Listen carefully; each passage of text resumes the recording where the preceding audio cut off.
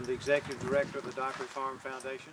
But at the turn of the century, Charley Patton came here as a youngster, and Henry Sloan taught him how to play the guitar here. In turn, Charley taught Howlin Wolf how to play the guitar here. Howlin Wolf was a youngster here, and Charley taught him how to play the guitar. Pop Staples was the famous Staples singers that the family is still performing in Chicago right now. He was here as a youngster.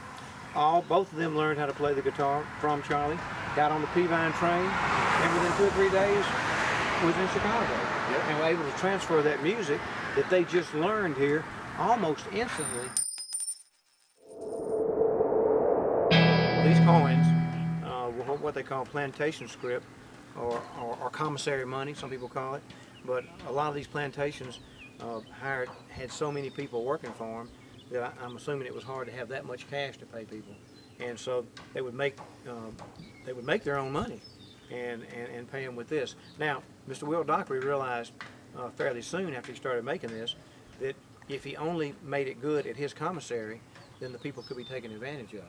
And remember, that was one of the things that the Dockerys didn't want to do. And so he made this money good in Rouville and in Cleveland. So if he paid you this 50-cent piece, you took it to Rouville, you could buy 50 cents worth of goods there, and the merchant there would bring the money back to Dockery, and he'd give him money back. And so that was more fair.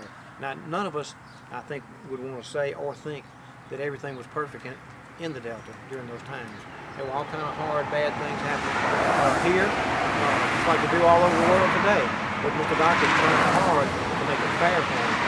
And one of the things he did was, if they didn't want a sharecrop, see, some places wouldn't let you do anything but sharecrop. Then they could actually not pay you your full amount, or if you couldn't read and write, how you know how much you harvested, you know? Exactly. And so he realized that, so he said, if you don't want a sharecrop, you can work by the day, by the hour, by the week, by the month. Awesome. And so however they wanted to be paid. But you had to work, and you had to work hard. If you didn't, there were 100 more people wanting to take your place on this place. And so he had much thousands. Like the economy now. He had thousands of people working here during the 20s and right after the turn of the century, clearing this land. When you look across there, you see open pasture. But when he came here, it was solid, total woods. There was no open ground. And so he began to clear it. And as he cleared it, he would try to farm it. And so a lot of the cotton he raised and a lot of the cows that he ran here were actually raised in the woods. They would ring the trees, cut the bark off of them. That would kill the tree, the leaves would fall off, and a mule could walk through the woods and plant cotton. So the first cotton crops were planted in the woods. They weren't planted in a field like that. How do you think it got cleared like that? You know, and so then the next year, the trees would die.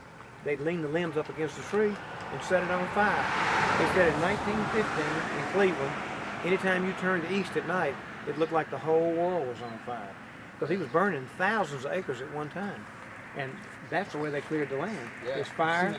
And so what you see today, you know, men cleared by hand.